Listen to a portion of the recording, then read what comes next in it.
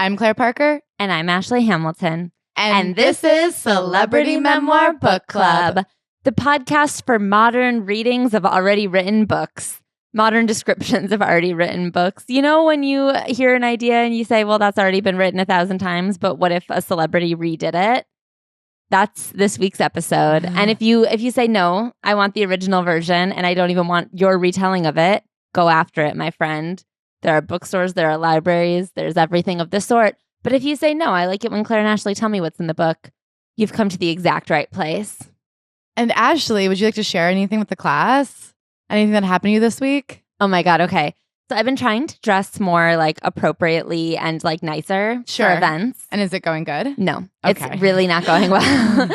For starters, it takes so long to get dressed when you're trying. I have recently. I used to never understand the joke about like women running late. And then I started putting makeup on and I go, oh my God, this takes time. I really was like, I don't know, what's on your body right now? What did you sleep in? Add some Birkenstocks and walk out the door, you dummies. Does that take 30 seconds? But then I tried to do mascara once and I was like, I'm going to need 45 more minutes here all night. Anyway, I've been trying to dress better. And not only am I unsatisfied with everything that I've walked out of the house in lately. I think you've been looking really nice. Thank you. I've been told by God that I'm failing. God, the Pope. I will say you can't hold yourself up to their standard. They look really nice, those cardinals. Okay, so the other day, me and Claire went to an event. Every so often, we're very kindly invited to like screenings and events and such. So I said, I'm going to, look right for this event. We went to a screening of Another Simple Favor at like Ludlow House, some fancy like private event space on the Lower East Side. And so we went in. We were told to go to the third floor. We went to the third floor. We marched up to the room that seemed like it had a party going on. And we walked right in. We stomped up to the bar. Girls were looking us up and down, okay? I really was like, oh my God, they hate us. We were being actively clocked in this room. It made me so insecure. Has anyone ever looked you head to toe and made you go, well, I'll go home? I mean, I didn't. I tried to get a drink because I'm professional. But if it had been for pleasure, I would have gone home. Yeah, I thought, what have we, like, is this Anna Marie Tendler's sister's party? Like, what is happening here? It was crazy. And we walked up to the bar to get a drink. And it was just like this whole... And finally, some woman comes up to us and goes, hi, ladies. And we go, are we in the wrong room? And she was like, yeah. I still don't know what that event was. But I do feel that the way we were so immediately noted as out of place is a sign of my failures. Yeah, like we should have been dressed nicely enough that there was no party at Ludlow House that we couldn't have at least snuck into. The fact that we can't exist like in a room with people who are presentable. Yeah. The fact that as young professionals, when we walk into a room of young professionals, they're like, what the fuck are they doing there? Those girls aren't young or professional. Get those old hobos out of here. Is there not a door person at this? Anyway, so then we found the right party. It was fun. We reviewed the movie on the Patreon, but boy, oh boy, do I have some work to do. Practice makes perfect. That's so true. Have you tried adding diamonds? No. Have you tried a sash? Have you tried a briefcase? I'm just thinking what might class up your outfits. Do you know what I've actually been way better at lately? Wearing sweatpants to the dog park, not the pants that I plan to be wearing like after I walk bug. And wow, so you're not bringing your piss pants to the work event anymore? What a win! You're not bringing pants covered in piss. So I'm trying. Oh, what a win. Claire, what's up with you? Okay. Well, I actually have big news. I don't know if I've even talked about it here.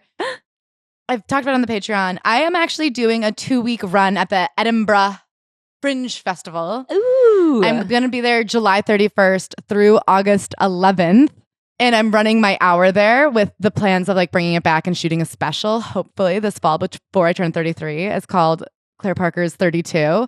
And if you're in town, you should come. I beg, I plead, I grovel that you shall buy tickets. I am in a room with 110 seats for 12 straight nights. So I haven't run the numbers, but I think it's a lot of tickets that I have to sell. We got a good time slot. I have a good time slot. I do think it's evening. And a positive vibe. And a can-do attitude. I really was like, I would love your smallest venue, please. Give me a closet if you have it. And they said, we're actually, the closets were the first to go. Everybody wants a closet. And I said, damn it.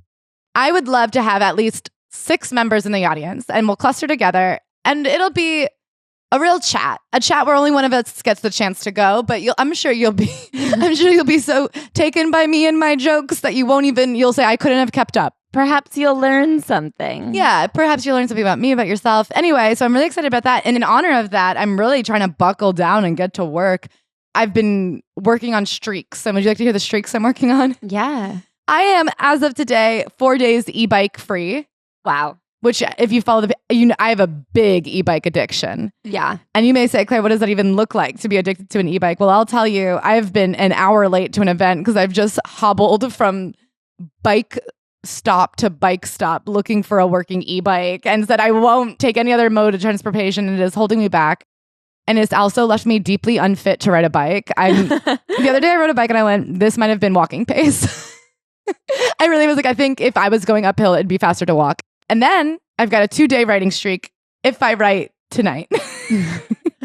So yesterday you wrote. Yeah. And I have every intention in the world of today and tomorrow and the day after until there. So I'll check back in. I'm kind of breaking down the logistics of what it is to go to the Fringe Fest on TikTok. And I'm talking about it on the Patreon and stuff. So if you're curious about like the financials, but I will tell you this, it is not financially incentivized. So I'm having to work really hard to break even. And so I've got a goal. I'm excited for you. Thank you. Well, before we get into this week's episode, don't forget to come see us at our final show on the Memoir Madness tour, June 14th in New York City. And we've got new merch out, so I hope you love it. And before we get into this week's episode, I would like to walk you guys through how the sausage gets made. Mm-hmm. This week, we are doing Aziz Ansari's Modern Romance. Of course, there's been fallout from this man. This man was once on top of the world. He invented a funny word for the spoon, I believe. What was not his whole character on Parks and Rec? He said things funny. Oh, yeah. He was always saying like SpaghettiOs. That's what I call rigatoni. Because it's like a spaghetti with a big O in the middle. Treat yourself. Yeah. He had that character that he did. And then, he went on to great things. He was doing tours. He had, I think, a very well acclaimed Netflix show with Lena Waithe, who's formerly known as Lena Waithe, now known as Cynthia Erivo's wife, affair wife from an affair. Yeah.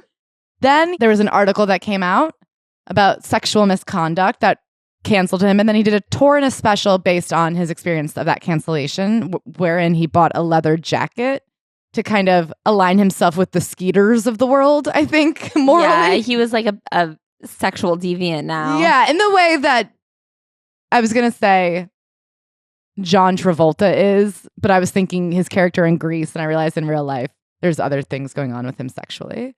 But he had a real 1950s... Yeah, we could call him the Skeeters. Anyway, we will be doing a deep dive on that article, like a review of that article and his special and stuff, and that kind of fallout. For the purposes of this episode, we're taking the book at its word, as it is. And I also want to let you guys know, when we were trying to pick the book for this week, it was between, somehow, Aziz Ansari and Russell Brand. And Ashley, being the lighthearted lady she is, she insisted we take the lesser of two evils. And let me tell you... No good deed goes unpunished. How are you feeling about that now on the other side of this tome? I guess the problem is I still don't want to talk about Russell Brand. But maybe the government needs our help. They've just arrested him. Maybe they needed to understand his spiritual journey further. Yeah, we need to put into the world a transcript of his book so that when the city's lawyers use ChatGPT to come up with their defense. Yeah, their accusation strategy, our opinions make up the average. The other thing I didn't want to say, and this should be enough to put him away, I didn't want to have to say Bookie Wook. That is the name of his book, Bookie Wook. That's enough now.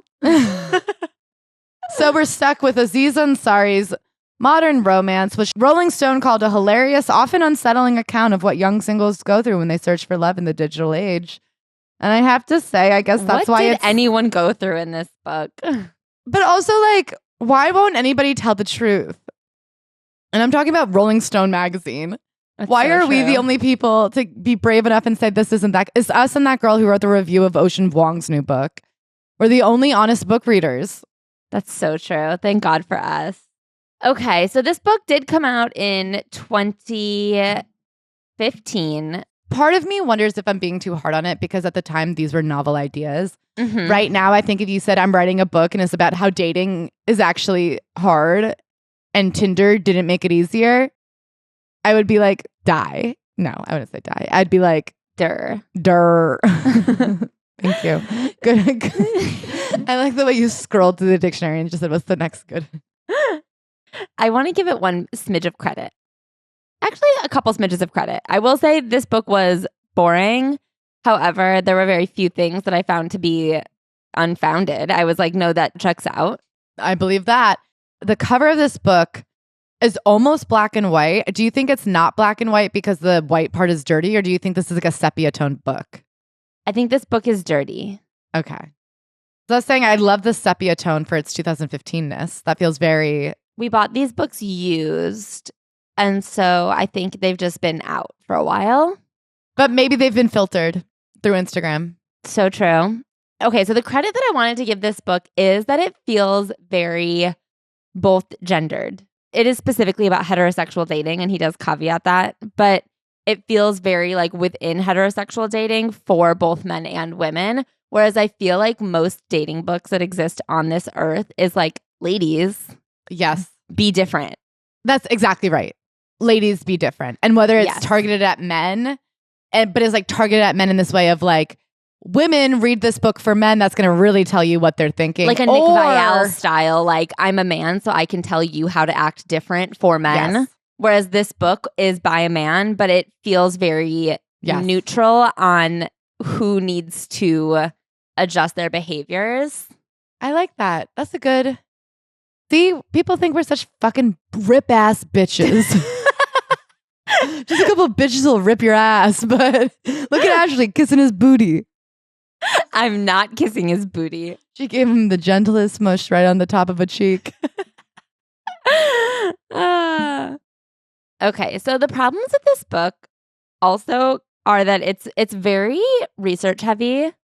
However, the research is like a little bit stupid. So here's something interesting about this book that he gets to in the introduction. Aziz basically goes, as a successful stand-up comedian, I have constantly had people approach me about writing humor books. That's never appealed to me, but I started doing stand-up about modern dating and how difficult it is to know when to text somebody, and people were really engaged. And so I guess on stage, he started doing this thing where he'd bring people up and he'd look at their text and he'd dissect it and discuss it. And he had this idea for a book, like, what if we really looked into the data of what's going on with dating? So what he proceeded to write is like the most sociology 101 book I've ever read, which is interesting because this in no way is his expertise. And in that way, it feels so bland and uninteresting. It's like the least personal, least funny. So then it's hard because sometimes he'll try to be funny, and so he'll throw a little bit in, and it feels so random. It feels like it was place. punched up by my dad. Yeah. It'd be like, guys, you know what we really want? Donuts. And maybe an arranged marriage would be best done by a donut maker. Do I want to be arranged? Yeah, the jelly donut. I mean, there's an actual bit in this book where he's like, some people, when they're cheating on their spouses, will put a false name as the contact info. So instead of thinking you're texting a girl named Sarah, it's like, oh, my husband is just texting David from work.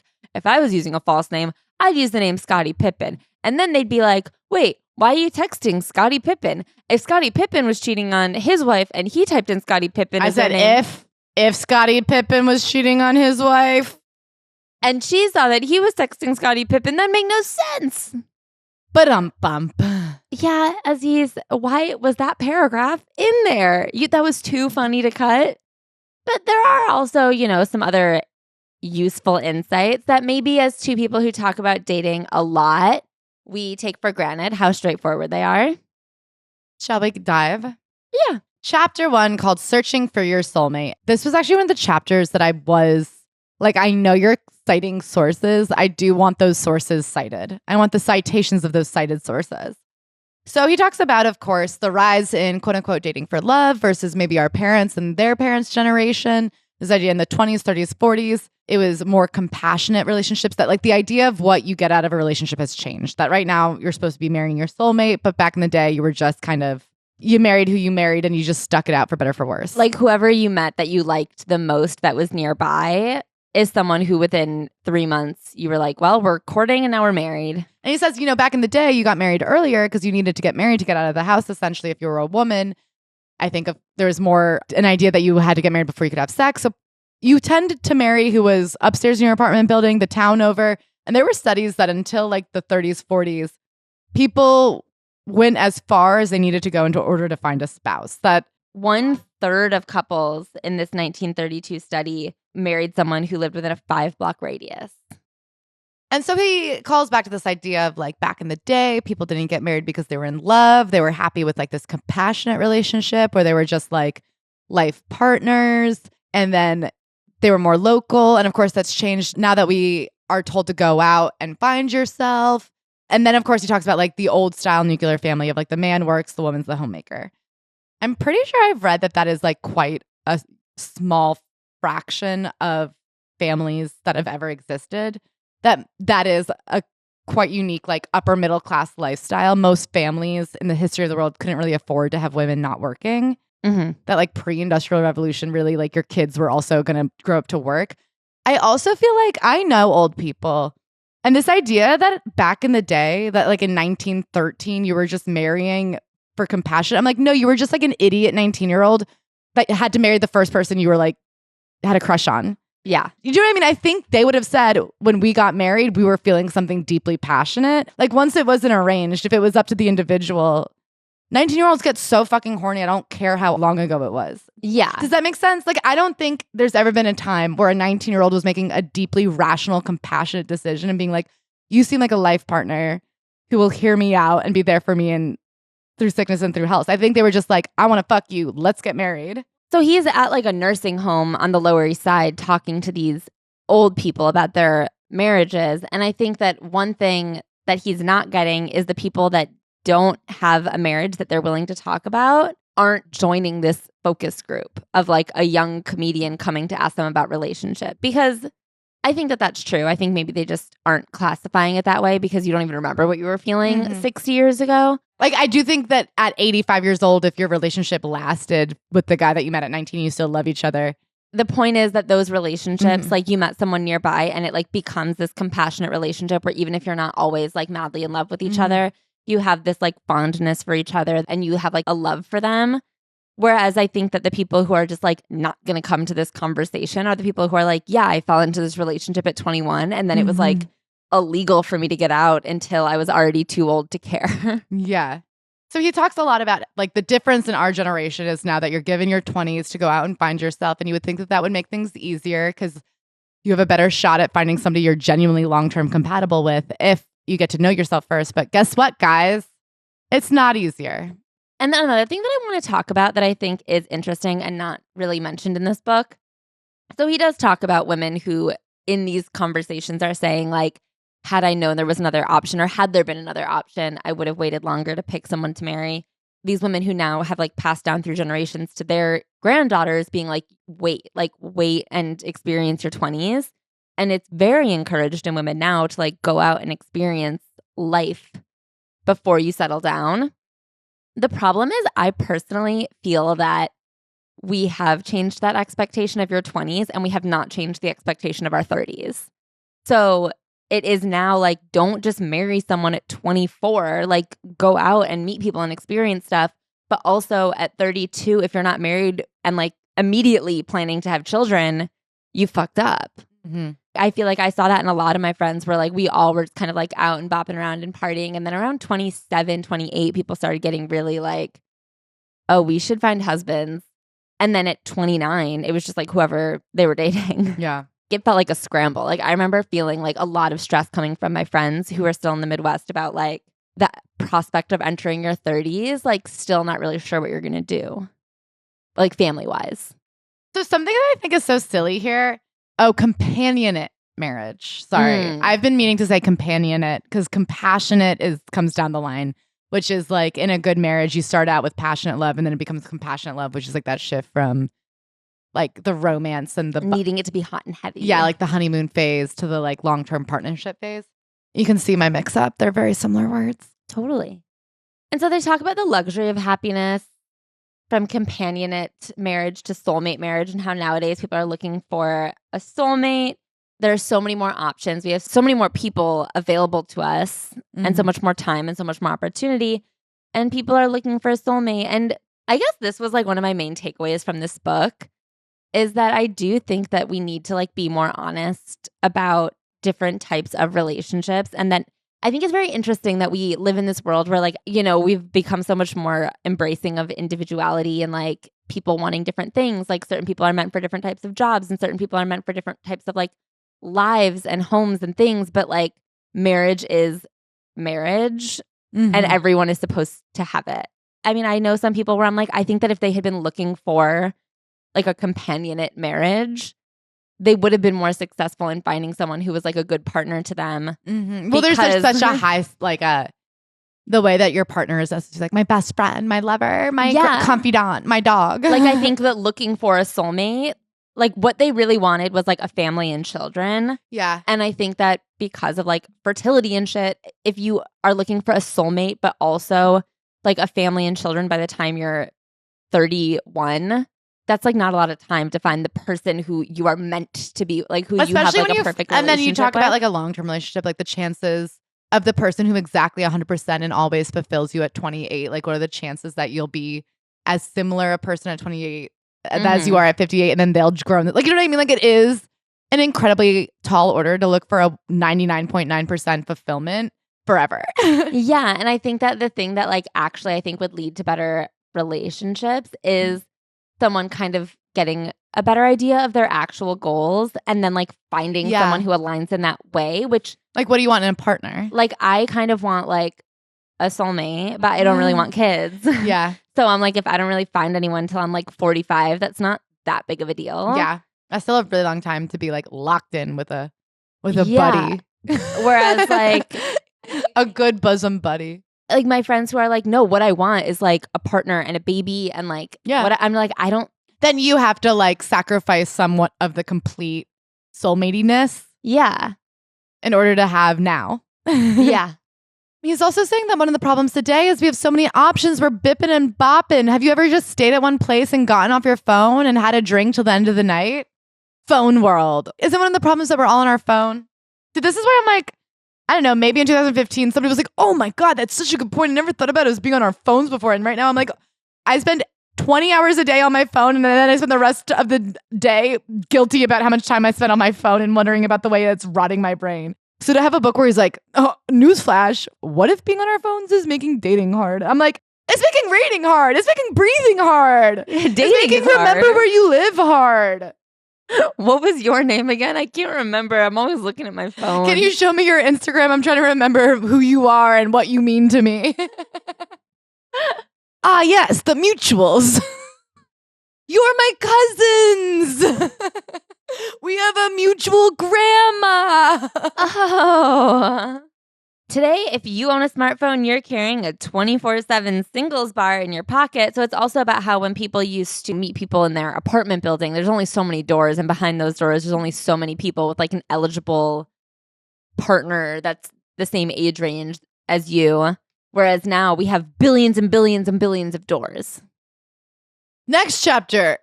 How do you even ask somebody out? Okay, kids text. What? No. That's the chapter. If I were to act it out in kind of a performance piece. Did you know that back in the day people called and in this day and age people text, and the concern would be the less time you spend face-to-face chatting, the more you remove your ability to communicate via chatting, and then the more that you're actually relying on text. And to that I say, you don't even know the half of it, buddy. In the future, people are going to AI their texts. Could you imagine if 10 years ago, you'd be like, you're lucky if you're getting somebody to break up with you via text. I got broken up with by a chat bot on Snapchat. The way that people will use AI to send dating app messages, I'm like, for the love of, you know the answer.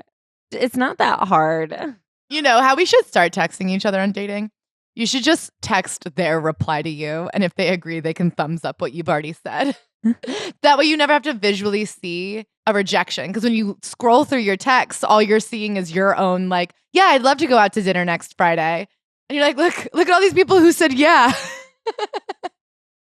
Do you know what I mean? Wouldn't that be a funny way to communicate? Where you only positively project what you want to hear? I actually think that's manifestation.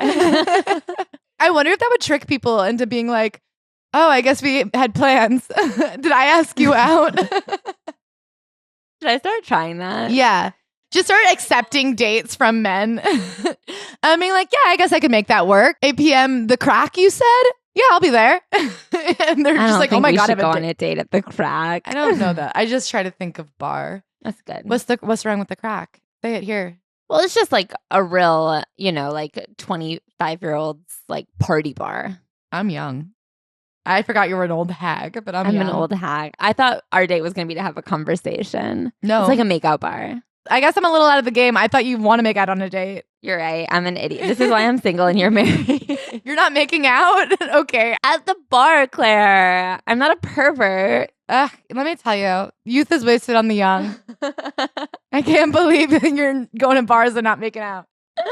Oh, you're bringing him back to your home like a serial killer? You're disgusting in front of your dog? Okay. Yeah, you're so normal. You're a disgusting pervert. In your home where you sleep and cook meals and bring your parents? Stop trying to make me make out. Kiss, kiss, kiss. He has an amazing observation about how generation to generation standards change. Standards of communication are different. So something interesting about this book is he had focus groups. He was like traveling the world and polling hundreds, if not thousands of people. He brought on sociologists to do this research. He went to 5 different countries. When I meant to say bad research, I just felt like it was inefficient research where he's like doing these focus groups. He's traveling to all these different countries and having focus groups in those countries. And then he's also like sourcing stories from a Reddit. Yeah, he has a subreddit where people can submit stuff. And I just was like, as a comedian to comedian, what I find deeply interesting about this is there's like not a lick of interest in anybody. I guess I was like, I would have rathered you done like 12 case study stories and added personality and humor. And instead, I'm just reading like the world's most boring dating report. Like, I'm sorry, buddy. It's like weirdly dry and clinical in this attempt to like really like, let's look at something. Let's use the data. And I'm just like, I don't know. You've come up with what everyone already knows. Congrats. And you're not even a doctor, so this can't even be submitted. Why would this be a #1 New York Times bestseller? Was it in the category of like research? He used to be like the most famous man in the world, Ashley. Celebrity research. He used to be the most famous man in the world, Ashley. Everybody was clamoring. Totally. The people clammed. They clammed up around this book. They couldn't even. They were clamped. Yeah. Okay, so young people are scared to talk on the phone. Old people think texts are weird. Can I say something? Not to give Kris Jenner all the credit in the world, but like what would happen if you just called Taylor up? I do believe not your date. Don't call a date. That's Don't sick. call a date. But like we need to bring back the ability to call a business. Oh, the fact that I'm calling restaurants and nobody's picking up and they're like, you can send us a Postmates email if you'd like. I'm like, I don't want to. I want to be able to call you on the phone and ask you a question. I don't understand why it's become this absurd thing for businesses to, well, it's because they don't want to like pay a host anymore. I find I'm going to these places and someone's taking me to the table. You can't give her a beeper? No. It's sick. It's sick. Give me a goddamn person on the phone, stat. Okay. So he did this poll and you'll never believe it, but a lot of men will just text women insane things like want to have sex, I like your tits. And guess what? Ladies, they don't like that. He also does, can I say, specifically call out how cringe men are on text. He's like, don't text them things you wouldn't fucking say to their face, you idiots.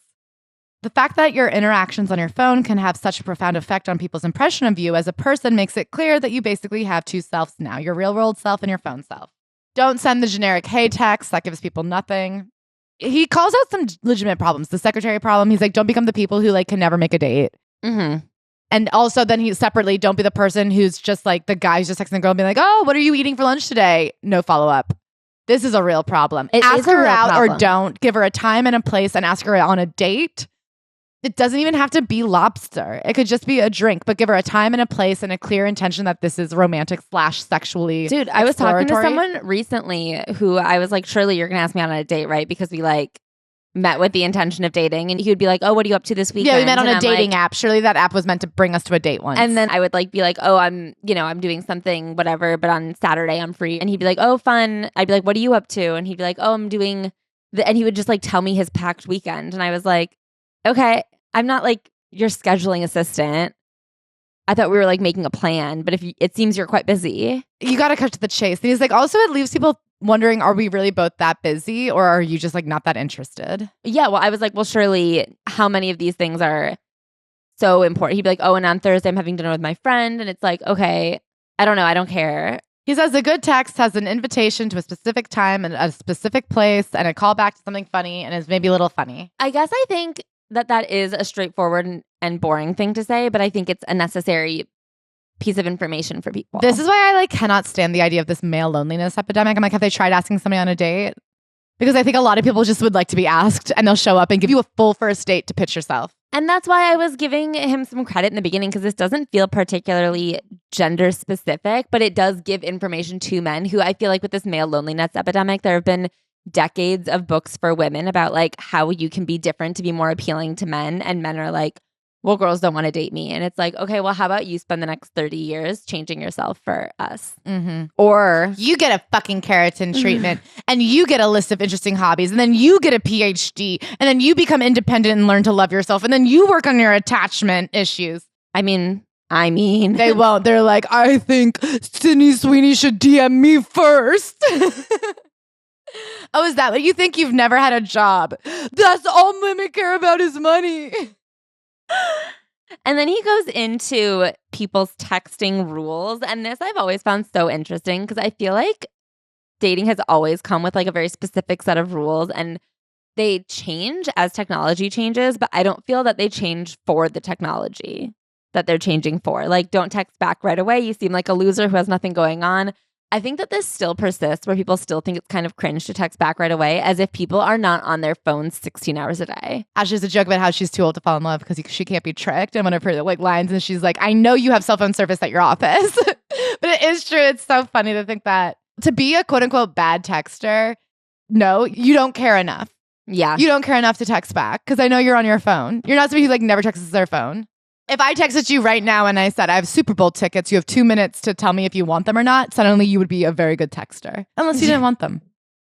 That's so true. Unless you're somebody who morally opposes football. Okay, well, if I texted you and I said, I'm holding your mom over a pit of lava right now. I'd say, why? Suddenly you're a very good texter. Random. Where'd you get that lava? In New York?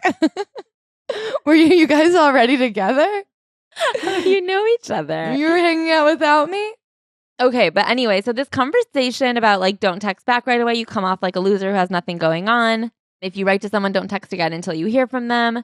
The amount of text you write should be similar in length to what the other person has written to you. These are all things that like written down sound crazy, but they are really how people think. And I think that they are the culprit for some of the texting problems in the earlier part of this book, like a constant back and forth or like a constant banter with no plans making. Because I'm sorry, when you're making plans with someone, there is a window of time that those plans have to be completed. Otherwise, other things get scheduled. If I tell a guy I'm free on Saturday and then he waits a day to text me back, I actually have a life. And so that Saturday is getting filled, bitch. I'm very cool. Yeah, she is. But I feel like people do this where they're like want to wait time to not sound eager. And then you're like, okay, well now we actually can't ever make plans. I also wonder how much it's changed in the last 10 years with the admission that we're all on our phones constantly. And this thing of like... But that's what I'm saying is I don't think it has dramatically changed. But I still feel like, don't you feel like there's a problem where like you text too much? Like there needs to be like a texting and then a stop. Like actually it's not good to suss somebody out too much. Like go on the date. It needs to be that. But I think that because people are upholding some of these like don't text back too quickly behaviors, it draws it out. Mm-hmm. Like the amount of time that you're texting longer. Try just being perfectly the right amount of interested enough to be polite and excited, but like you genuinely have a very full, interesting life. Yeah. Have you tried just genuinely having a full, interesting life? That would be... They don't do that. And he goes into the fact that there is a science behind making people wait to text them. And I will say, shut the fuck up. He also warns against Googling somebody too much. It's not good to show up and know everything about somebody. But you should know if they've ever like beaten up an old lady, which one of his anecdotes is that someone did Google their date and find out that he beat up an old lady. With his mom, though. Yeah, that's actually sweet. Like, how does he treat his mother? He backs her up in a fight. He talks about the way we text ghost. Would you rather somebody ghost you, lie to you and say they're busy, or be honest and tell you you're not together? And me and Ashley, I think as a podcast, have a controversial hot take that under 3 dates, ghosting is not only fine, but probably like if you can't pick up on the vibe. I mean, it goes back to the texting etiquette. Yeah. If you're like, oh, that was fun, you want to hang out again, and you don't hear from them for 2 days, and they're like, oh, yeah, maybe, like I'm busy this weekend, and then you never hear from them again. I'm like, actually, the no answer was the answer. Yeah, I think that the only time a text or like a real breakup is necessary is obviously over 3 dates or like over a reasonable amount of dates. Or if there was like something else verbally planned where you're like on a second date. Or if you were best friends first. Oh, if you were friends first, of course. Best friends. Best friend. Okay. I think friendly first. But I think if you were on a second date and you guys are like, oh, I really want to see that movie. Yeah, we should go see it next week or something like that. Or like, maybe next Friday we'll go see it. I think if you like verbally make a plan and then you text somebody be like, hey, are we still on for the movie next week? And they don't respond. That's fucked. It's just mean. But if you like have a date and you're like, cool, good night. And then you're like, yeah, he never even told me he wasn't interested. Yeah. I remember once I told a guy after one date that I wasn't that interested, and he sent me the most unhinged, like, you're a stupid slut. Exactly. And I don't even like you text. And I was like, yeah, I should have just not really answered. I've had that where they're like, okay, well, I wasn't really that interested anyway. Like, I wasn't obsessed with it. I'm like, okay, I didn't think you were obsessed with me. I just don't want to see you again at all. So now we get into the plight of online dating. Did you know that online dating used to have a bit of a negative stigma? The only word I could come up with was stamina. And I was like, that's not right. It didn't used to have a negative stamina. So the history of online dating. Did you know that there's more than just whatever you're going to find on Wikipedia? So this is actually probably what you would find on Wikipedia. Yeah, why would you say that? This feels like exactly what you'd find on Wikipedia. It's just more than OkCupid. Yeah. So I guess people used to date in the classifieds and there was like video dating services. I like this idea that you would like submit a recording of yourself to a VHS that would get sent out and you could watch people's VHS movies. I think you can really get a sense of somebody in a video. Oh, me too. Online dating today. I always knew online dating was popular, but until recently, I had no idea just how massive a force it is in today's search for a romantic partner. And I think what's interesting about this research is that it's much more now. Yeah, they couldn't have even imagined. Because it's funny, something they do touch on right around this era was back when Tinder started when I was in college, there was this idea that if you signed up, it was kind of embarrassing and like you were doing it as a lark and a bit. And I remember I was the only one of all my friends who signed up, and I signed up in this like act of bravery, like fine, use my profile as a joke. Like I was literally like, I don't care. They would swipe as me. Yeah. And then I remember being like, the only fear was seeing somebody you would know on it because it'd be like embarrassing to get caught because I wasn't actually using it. I was just the person that would be like, yeah, here, I'll make a profile so you guys can see what's up. And then I'd always have to be like, if somebody sees me for real, I'll have to be like, I'm on here as a joke. And now, once again, being on Tinder is kind of a joke. Yeah. Who's on Tinder? I don't know. It had a resurgence like last year because Bumble and Hinge had gotten so fucked up because they're so profit oriented. Like, first of all, I will say something. Profit oriented? I thought they were in it for the glory of love. Is nobody just trying to find love? It's like so profity that like you actually can't meet anyone unless you pay them. Like it got so crazy for a minute. And now Bumble has like rendered itself obsolete almost. I've heard that it really crashed and burned, right, financially? Yeah. And then Tinder is still out there, but I don't know who's on it right now. But it had like a resurgence last year. And I feel like Hinge is kind of the only thing left. I remember when Hinge was really good. Yeah. And then you would find out there would be like certain people in your life, you'd be like random that you're from a town where everybody's hot. Yeah. There were like certain people where I'm like, I don't even like this girl, but God bless her because everybody she knows is the hottest person I've ever seen. I kind of wish that someone would make a new dating app that is the original premise of Hinge. Yeah. A friend of a friend. I will say I got on Raya 7 years ago, maybe 8 at this point. Oh, Raya. But I'll never forget that. I remember being like, I'm on. Well, this is the beginning of the end. And how right I was. I'd like joke. I'd be like, I guess I'm like the crack in the dam. And oh boy, so I really, really was. Once they let me in, it was game over. It's so bad. I let in all the regos and uggos. It's so bad. Because the problem is that there's so many regos on it, but they all think they're special because they're on Raya. But if you match with someone on Raya and you think you're the one who's like the catch because you're on Raya, well, they're also on Raya. Well, can I tell you something funny? Yeah. Is I remember matching with people on Raya that specifically had not matched with me on Hinge and being like, oh, you little clout chasing whore. Yes. You fucking sheep ass loser. You don't know if somebody's interesting or hot or attractive to you or not unless an app tells you, a paid app tells you, you're pathetic. I hate you. Anyway, so the online dating market, online dating has changed the game dramatically. So he talks about the stigma of meeting someone via online dating. I think that still kind of exists, if I'm being honest. I think that a lot more people do it and it's like been heavily destigmatized, but I think that meeting people IRL is considered still like elite comparatively. Yeah, I think it's like the romance. Yeah. His final conclusion, online daters, men and women, are being presented with more romantic possibilities than ever before, and it's clearly changing their whole approach to finding a potential mate. He talks about the people who, via online dating, have their standards kind of fucked up. He's talking about this regular guy, Derek, who's like Xing babes, and he's like, Derek, a babe like that would never talk to you in real life. Who the fuck do you think you are, Xing out that babe? But it is what it is. He has a friend named Dinesh. He's always on a nice date, and it turns out he like volunteers and does things. And he's like, the trick is to have lots of different friends with lots of different groups and then go in person and spend time with people. And then later he does talk about this idea that when you're in a small town, you kind of have to get to know somebody because there's just not that many options. And he is like, have you ever thought about giving somebody even the full date or even a second date? This is another conversation that I found interesting. So he talks about this one guy named Arpan who is like a fun and interesting guy, but has gotten so disillusioned with online dating that now he is just like very blasé with it. And he doesn't put a lot of effort into his messages. He doesn't put a lot of effort into dates. Like he is just kind of going through the motions, which I do believe is what's happened a lot with online dating, where like everyone has been through the ringer so hard that like no one's putting effort in. But if no one's putting effort in with each other, then everyone's It's only like burning people out worse. Yeah, having these shitty experiences. And then he compares him to Dinesh, who meets people in real life. Dinesh seemed more comfortable and at ease with dating. Was it because he avoided online dating, or was it that those who were dating online were bad at it? And I think that that is an interesting question of the way a group like self-selects, because it is true that like someone who's not that good at dating, who's doing online dating, is the person who's like the longest online dating. Yeah. You know? Yeah. It's like a self-selecting. Like I'm not a good dater and I'm like, oh yeah, I've been single for a long time because I'm like not good at dating. He later says he's talking about like, how do you even meet people in real life? And the advice he gives, he's like, go to a place and stay there. If you're hopping from place to place, that doesn't work. Try just like hanging out. And then 2, he's like, if you're just going to like shitty places, why would a good person be at a shitty place? Try going somewhere nice. Mm-hmm. And then he talks about another problem with online dating. And I do think these are things worth talking about. I wish that like it was a more interesting thing.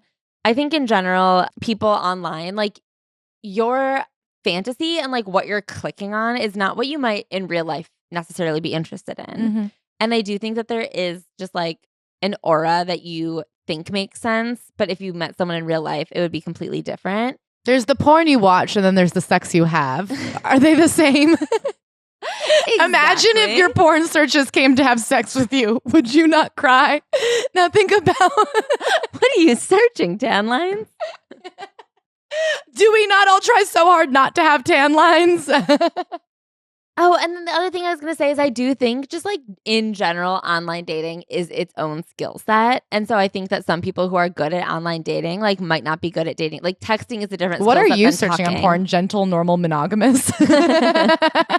That's sick. But kind of a good guy. Has friends. They all like him. Knows your thing, sticks to it. Anyway, then he gets into like photo strategy. I don't give a fuck about this. Yeah, he says, guess what? 90% of a profile is dictated by the photo. That's what I'm saying. I'm like, ding dong applesauce. That's what I say when you're telling me something obvious. I wish that was true. Starting today, it is. Just like writing every day and just like not e-biking. Day 1 of saying ding dong applesauce. When we were in Philadelphia, Claire, we were walking past the Liberty Bell and Claire just started going, ding dong. Oh yeah, I was flirting with starting a tagline. And this is how the sausage gets made. Because I say nobody liked it then, but it's because I hadn't finished it yet. Yeah. Ding dong applesauce. And I needed a reason. Great. Like, did I do that? You know what I mean? He's not just saying it all the time. He's saying it when he did something bad. Yeah. Or didn't. But he did. Ding dong applesauce. That's what I'd say to Steve Urkel when he absolutely did that. Okay. And they go into the algorithms and some sociologists and people who've studied these algorithms, and they've come to the conclusion that actually no algorithm can figure out if you would be compatible with someone else. There's nothing that can replace in-person connection, which is something I've always said. I will say, they did get a little closer when they added the voice note. Oh, yeah. I did not realize that Grindr predated Tinder by years. And the thing that separated Tinder, because I guess Grindr tried to do a hetero version, but the thing that Tinder has that Grindr doesn't have is that you need to mutually match with someone in order to talk to them. Whereas Grindr, I guess you can message any photo. What a world those gays live in. And this is such a crazy sentence. New York Magazine proclaimed in 2013 that Tinder had solved online dating for women. This is why this book is so fucking boring. As of October 2014, the app has more than 50 million users, and the company is valued at anywhere between $750 to $1 billion. Shut up. Who cares? This was such a boring book. I literally can't get over how clinical and boring this was. So boring. And then anytime you try to make a joke, I'd be like, go back to being boring. At least I wasn't pissed. It's hard because then later in the book, you can tell he gets bored and starts trying to write bits into it. And they're so clunky and out of place. The biggest criticism of swipe apps is that with their reliance on purely physical attraction, Tinder and the like represent increasing superficiality among online daters. And that's why I say we should fix that by letting people add income and assets. Totally. Assets. Yeah. Wouldn't that be funny? Yeah. That would be funny. Anyway, so then he talks about how people in Qatar also benefit from technology in dating. And I was like, I don't know that this was in place. Yeah, it was crazy because he was talking about how women in Qatar aren't allowed to leave the house until they get married. So all these women will get law degrees and then be grounded and they're not allowed to leave. And if they get married, it's be careful because he could be worse than your dad. And sure enough, that happened. And now she's stuck. But with Snapchat, they can experience freedom. I was like, okay, this feels like a different thing. This is a different book, I think. He was wondering, does having more choices and more options come out better? Actually, this thing we all have now of needing the best at all times is making life worse. I mean, that I agree. 100%. He brings up the idea of food. And I'm like, as someone who lives in New York, the way that every day it's well, what exactly do I want? And then what is the exact best version of that? It's too much. Sometimes you just should have mac and cheese.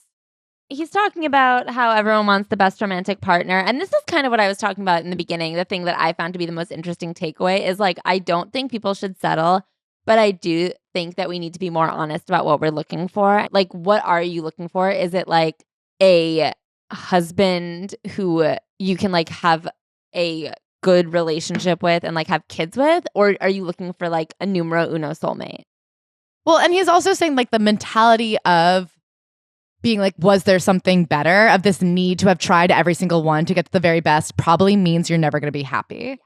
Because it turns out human beings fluctuate and there's more new people and there's always somebody else and there's always different factors and angles that you haven't considered. So if you're going into any situation, be it a job, a relationship, a dinner, being whatever this is should make me 1000% happy. Or I wanted to make sure I had the absolute best. You can't turn that off in yourself. And a lot of being happy is choosing your choice. Yeah. So he goes to all these small towns to be is it better in a small town? He's it turns out it's not better in a small town. But maybe it is. He's they don't like that they have so few options, but ultimately they do pair up quicker. And I'm I wonder what that's about. Yeah, and he talks about having some kind of optimistic fellas in small towns being I don't know, there are fewer options, but then it makes you examine those options harder. In a big city, it's someone you might have dismissed immediately because they weren't quite right. But now, since there are no other options, this is your last two. Maybe you'll be but what are their good qualities? When you're on a dating app and you just keep saying the same guy over and over and finally you're you know what? Let's just see. Is there a way to be I tried this guy, let me be free of him? I wish. Never show me him again. You know how you used to get those Sarah McLachlan ads about sending money to help the animals? And then you'd be if I give you money, could you stop showing me these ads? It's if I go on a date with this guy, could you stop pushing him on me? Please never show me him again. A girl named Heather told me that one time she met a great guy that she'd never seen before and was really excited about the possibilities, only to discover he once slept with a girl she totally despised.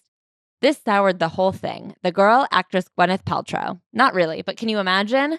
What is he talking about? Why did he say that? So one idea he has for you is take somebody on a date and get to know them. And another idea he has for you is taking them on a cool date. Have you ever been to an alpaca farm? He says going on a date that's boring leads to boring conversations. And I mean, he is right in being like, more interesting things happen when you're doing something interesting and like more organic shit comes up. But also, it's a lot to plan. And he also says try going on a second date, because even if the first date is like 40% good, maybe the second time you'll know each other better. Like, don't be so quick to write people off just because they're not perfect right away. So then he goes, let's travel internationally and find out about love. He goes to Tokyo, and it turns out nobody's fucking in Tokyo. And there's this thing called herbivore men, which as I was saying it, I was like, is this a slur? This feels like something they say on Reddit, but not in real life. And I feel that this is a precursor to what I feel feels more close to what's happening in U.S. dating right now. This was the only part that interested me. Go. Tell them. I feel like these herbivore men, these men who... Well, do you want to tell them what was happening? Yes. He spends like 2 pages talking about the ramen heat in Japan. He's so bored of himself already. And guess what, baby? I'm bored of you too. So basically he says in Japan in the 90s, there was like a slowing of economic success.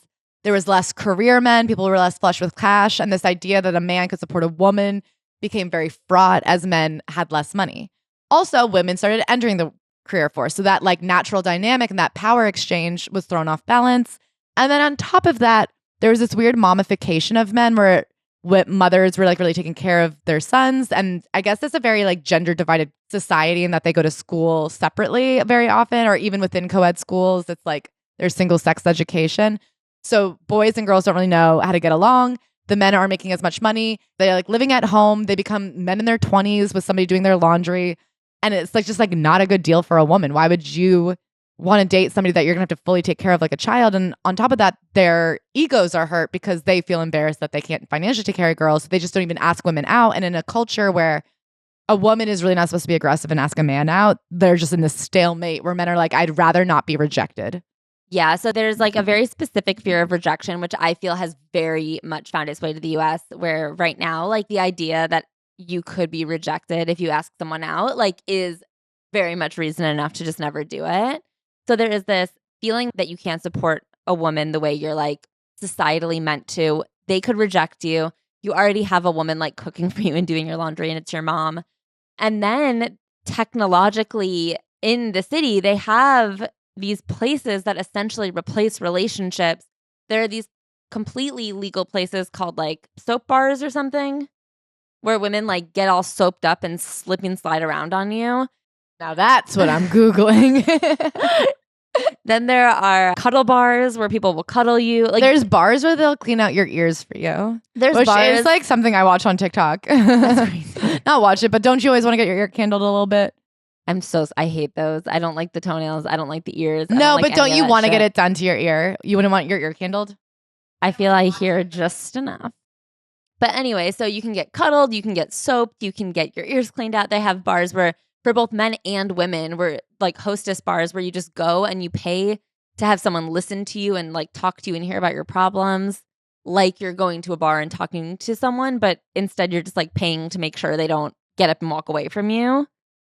And so it's like really de-incentivized this idea of asking someone on a date or dating at all, because why would you risk rejection when like all of the things that you get from a relationship are available to you in a way? So just see the other side of things, Buenos Aires. He goes where there's the traditionally like kind of machismo. Men are hitting on women. A no is also a yes. The only way to get a man to go away, I guess, is to kill him. And he's like, these men are hitting on women a lot. And then what he won't really say is that I imagine a lot of women are getting assaulted. He doesn't take it to his logical conclusion. If there's no way for a woman to say no, then what? Yeah. Then what? It's called Soapland. Japan has not only a huge sex industry, but what they've dubbed a relationship replacement industry. The dating culture in Buenos Aires is extremely exciting and sensual, full of flirtation, pursuit, and casual sex. There is also an undeniably darker side, though, with unwanted aggression, manipulation, and infidelity. Everyone suffers the pain of love in Buenos Aires, and I couldn't help but conclude that things were a lot rougher for women than they were for the chongos. This is an interesting excerpt that we'll revisit when we cover the article about him. Anyway, I do think that the Buenos Aires one, I was like, okay, so you really did not spend very much time interrogating that culture where the men are just like assaulting women to get girlfriends. I mean, the mayor of Buenos Aires says, all women like to be told compliments. Those who say they're offended are lying. Even though you'll say something rude, like, what a cute ass you have, it's all good. There's nothing more beautiful than the beauty of women, right? It's almost the reason men breathe. That's the mayor. I think with the Tokyo one, something that is interesting to look at is the way that culture has seeped into the US, this like fear of rejection, and then the way that that's coalesced with social media and like call out culture. Mm-hmm. And the way that like right now I feel the idea of something socially bad happening, like getting rejected in front of your friends, having someone make a TikTok about you, like anything coming to light in any way is so much worse than like ever dating in a normal way. And so people just don't do it. So now is the question, does technology make it easier to cheat? And he's like, nobody would have ever cheated without Facebook. And then he goes, maybe not. Yeah, he says actually there's like a lot of history of people cheating when you look at like letters from the past, but it's easier. He goes, you can't deny that it's easier to cheat with apps and with social media and with He texting. has a lot of people who say things like, I would have never had the balls to hit on this woman if it hadn't been for Facebook, which allowed for like a casual outside of work conversation. But then I also hearken back to his previous statement that technology has reduced our ability to communicate in real life. So I'm like, I don't know, maybe back in the day when that was the only way to cheat, you just manned up and hit on your coworker like a man. Yeah. I also think back in the day, you probably had a lot of more power than your female coworker, so it was a lot less scary because her 401k depended on it.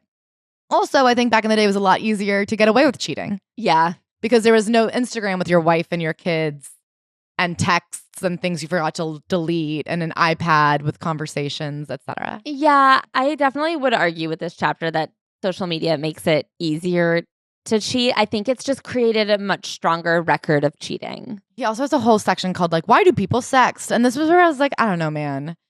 Surely because they're horny. There's got to be a better use of doctors' times than finding out why people sext. They're horny and they're not together. He talks a little bit about ghosting.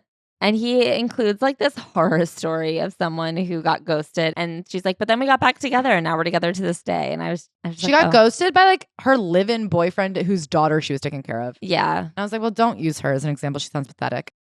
And then he goes, in France, it's totally cool to cheat. They just admit that happens. He talks about snooping in people's phones. He includes a couple of anecdotes about his actual real life relationship, which I found upsetting.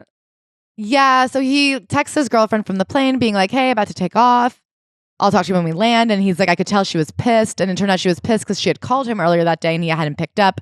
And because someone had posted a photo of him on Instagram, she was able to tell that he had been hanging out by a pool. And when he claimed he didn't pick up because he was packing, that wasn't true. He got her back good when on Valentine's Day, it turned out he had been testing out a Polaroid camera that he got her for Valentine's Day. And she felt pretty bad for being mad at him. And I was like, I don't know. She was right. You were lying. I hate this line. She felt horrible. It was the greatest Valentine's Day gift I've ever received. Cool. Anyway, they broke up. Not in this book, but in real life. 84% of the people in the US say infidelity is morally unacceptable. And he's like, but lots of people definitely do cheat, so that doesn't line up. And it's like, yeah, anyone who says cheating is good is going to get accused of being a cheater. Also, I feel like there's things that you get, like, I could sit here and be like, yeah, gossiping's bad. I do believe that generally. Yeah, but I do. I don't subscribe to this idea that women only ever use gossip to protect themselves. I'm like, protect myself from what? Someone's ugly wedding dress? No, that's just me being mean. But that doesn't mean I stopped doing it. In France, you can be a good guy and still have affairs, a young Parisian named Lucas told us. Well, how lucky for them. Okay, so then this chapter I thought could have been interesting. It's about settling down. And I don't think he did a great job with it. He's mostly interested in what happens when like the romantic love goes away. And he goes, have people considered opening up the relationship? And then he goes, it turns out they have. And it's kind of hard. But is it any harder than not opening up the relationship? He draws no real conclusion, except for that he says your best chance of having an open relationship succeed is to have been monogamous. Have been monogamous. What? First? Monogamous. Monogamish. Monogamous. To have been monogamous first. Yeah. Settling down offers the chance to fill a void with dependable, deeper, intimate relations. So he's talking about how when he was dating his current girlfriend, he had been single for a long time before and he started feeling ready to settle down. And then, you know, as he'd been going on more and more dates with her, he had to decide, like, is this someone I want to settle down with? Okay, this is what I feel about Summer House right now, where like cultural expectations of relationships and like what we're supposed to be doing and how fast you're supposed to go have started impeding on the actual progression of relationships, where like, I don't know, you can just do what you want to do or break up. Like, do whatever you want to do at the pace that you feel it makes sense. When people sit there, and I feel like we see this on reality TV, when people sit there like triple guessing themselves, being like, but is this too fast? Will other people think this is weird? Then it like ends up eating itself because you're questioning yourself. I wonder if the reality TV aspect is like an interesting heightened version of the weird social media world we all live in, where so much of our even personal relationships and personal decisions get projected online in a way that like there's this third party we're always considering. And I think there's always been this idea of like, what's society going to say? What are my parents going to say? We've been dating this long. Hasn't he proposed? Then he'll never propose. But now more than ever, there's such a outside awareness that you like double yourself with, where you're like watching yourself from other people's perspective because we've trained ourselves so well that way. Yes. And like it messes up your intuition. Yes. Yeah. I think that that's the case. And this idea of like, when should you settle down? When is it too soon to settle down? Like, there is no answer for these things. It is just, do you feel like it? Does that make sense? And I think so many people don't settle down because they'll be like, well, this is too soon to settle down. And then once you've like kind of pushed it off, then it becomes this forever situationship. Everyone's just trying to like relieve themselves of accountability and pressure and potential pain. I think a big issue right now is that people are afraid of breakups. And so they are afraid to define a relationship, because if you become boyfriend, girlfriend, and you don't get married, someone has to break up with someone. So if you're not sure if you want to get married, you shouldn't call yourself boyfriend, girlfriend, because then at some point someone's going to have to break up. And I think people are so afraid of like any sort of serious conversation that they push everything off as long as they can. And then by that point, it's like falling apart. Anyway, that's not what he says here. He's just like, I decided I did want to settle down. Do you think this was new to anybody when they bought it, when it originally came out? If anyone read this when it came out, will you please tell us? Anyway, so his conclusion is a series of rules and statements about what he's found. Finding someone today is, in fact, probably more complicated than it was before. And you're also trying to find someone you're excited about, but you're also more likely to find someone you're excited about. Technology has changed romance. For me, the takeaway of these stories is that no matter how many options we seem to have on our screens, we should be careful not to lose track of the human beings behind them. We're better off spending quality time getting to know actual people than spending hours with our devices seeing who else is out there. So very good. True, bestie. I got more from Patty Stanger.